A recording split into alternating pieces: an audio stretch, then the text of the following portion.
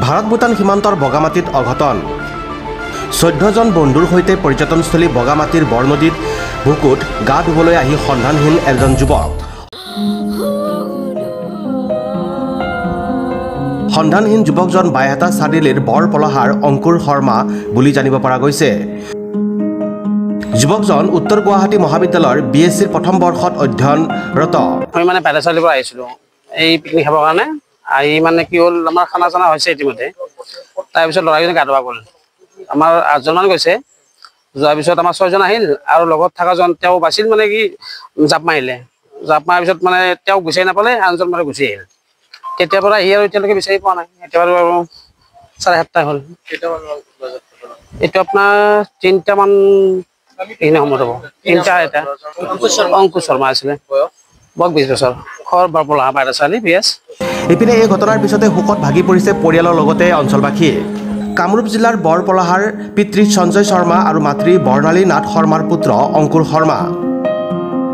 পুৱা 9 মান বজাতে বগামাটিলৈ পিকনিক খাবলৈ আহিছিল সমনীয়াৰ সৈতে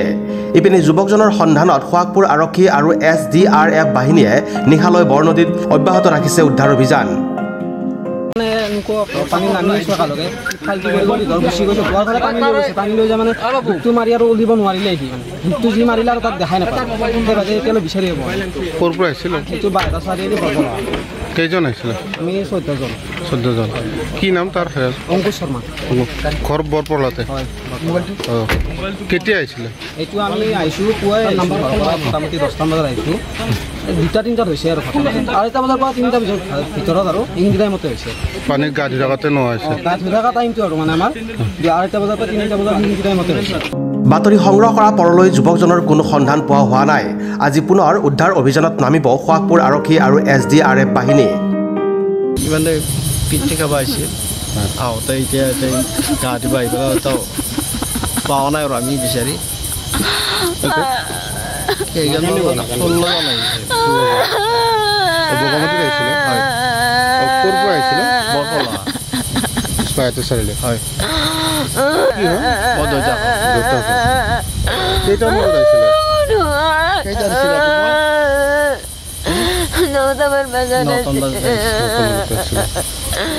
কি পঢ়িছিলে BSc কৰিছিলে desk report news express Assam নমস্কাৰ গ্ৰহণ কৰিব আপোনালোকক জনাবলৈ পাই সুখী হৈছোঁ যে DNB মটৰছৰ শ্ব'ৰুম আপোনাৰ চহৰ গুৰেশ্বৰত আৰম্ভ কৰা হৈছে গুৰেশ্বৰত এতিয়াৰে পৰা উপলব্ধ ইলেক্ট্ৰিক স্কুটি ভূমি ইলেক্ট্ৰিক অটোমোবাইলৰ তত্বাৱধানত আৰম্ভ হোৱা সুবিধাজনক ইলেক্ট্ৰিক স্কুটিৰ বাবে আহক DNB মটৰছৰ শ্ব'ৰুমলৈ সাধাৰণ পৰিয়ালৰ বাবে অতিকৈ লাভজনক আৰু সুবিধাজনক এই ইলেক্ট্ৰিক স্কুটি 3 ঘণ্টাত 10 টকাৰ বিনিময়ত সম্পূৰ্ণ চাৰ্জ হয় আৰু অতি কমেও 80 কিলোমিটাৰ অতিক্ৰম কৰিবলৈ সক্ষম হয় ন্যূনতম 64,000 টকাৰ পৰা আমাৰ ইয়াত উপলব্ধ বিভিন্ন মডেলৰ স্কুটি ইলেক্ট্ৰিক হোৱাৰ বাবে প্ৰদূষণ ৰোধতো বিশেষ সহায়ক আমাৰ বিশেষ স্কুটিসমূহ পেট্ৰল ডিজেলৰ অত্যাধিক মূল্য বৃদ্ধিৰ বাবেও আপুনি এতিয়া আৰু ভাবিবলগীয়া নহয় আমাৰ সুবিধাসমূহ নিম্নতম ডাউন পেমেণ্ট বিনামূলীয়া হেলমেট